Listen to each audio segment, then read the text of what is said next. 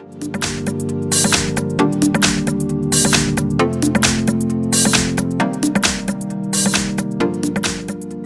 have Moto G6 Play, and let me show you how to reset up preferences on the following device. So at the very beginning, let's start by using your home screen, then let's open the list of all apps, choose settings. Here you need to scroll down, and from the following options let's find and select system. Choose here reset right here and select reset app preferences.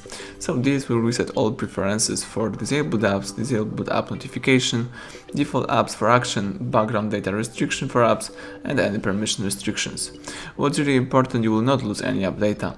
So if you are aware of this, let's tap reset apps, and that's it. You just accomplish that operation.